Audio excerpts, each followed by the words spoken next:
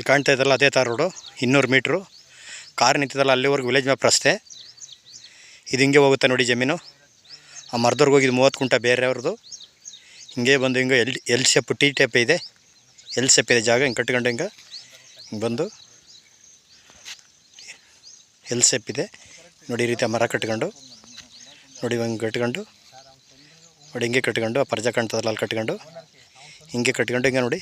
ಒಂದು ಸಿಂಪಲ್ ಒಂದು ಮನೆ ಮಾಡ್ಕೊಂಡಿದ್ದಾರೆ ರೆಡಿಮೇಟು. ಒಂದು 100 ತೊಟ್ಟಿ ಮಾಡಿದ್ದಾರೆ. ಒಂದು ಟಿ ಸಿದು 25 kV.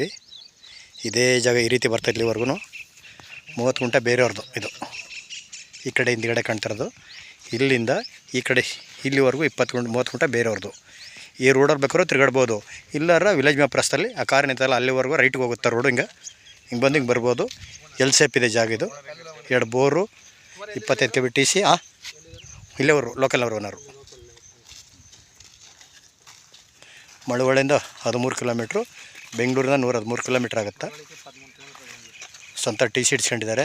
ಊರು ಕರೆಂಟಿಗೆಲ್ಲ ಎಸ್ಟಿಮೇಟ್ ಮಾಡಿಸಿದ್ದಾರೆ, ಇನ್ನೂ ಮನೆ ಮಾಡಿಲ್ಲ ನೋಡಿ. ಅಲ್ಲಿ ಕಾಣ್ತಾ ಇದ್ದದಲ್ಲ ಅದೇ ಊರು. ತಾರ್ ರೋಡಿಂದ 150 200 ಮೀಟ್ರು.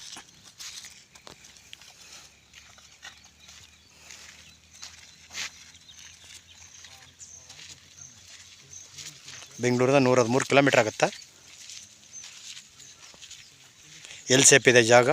ಒಳ್ಳೆ ಮಣ್ಣಂತೂ ತುಂಬ ಚೆನ್ನಾಗಿದೆ ನೋಡಿ. ಎಲ್ಲ ಇದೇ ರೀತಿ ಮಣ್ಣು.